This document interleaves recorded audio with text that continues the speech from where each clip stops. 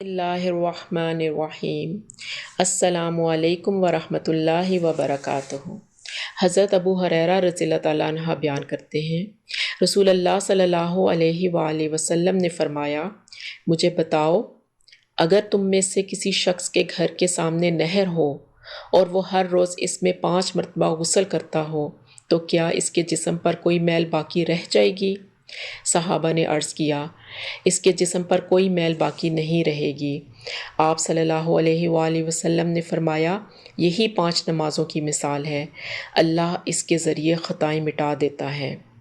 اسی طرح عبادہ بن ثابت رضی اللہ تعالیٰ عنہ بیان کرتے ہیں، رسول اللہ صلی اللہ علیہ وآلہ وسلم نے فرمایا، اللہ تعالیٰ نے 5 نمازیں فرض کی ہیں، جس شخص نے ان کے لیے اچھی طرح وضو کیا، انہیں ان کے وقت پر ادا کیا، ان کے رکوع و خشوع کو مکمل کیا، تو اللہ کا اس کے لیے عہد ہے کہ وہ اسے معاف فرما دے گا، اور جس نے ایسے نہ کیا تو اس کے لیے اللہ کا کوئی عہد نہیں، اگر وہ چاہے تو اسے معاف فرما دے اور اگر چاہے تو اسے سزا دے۔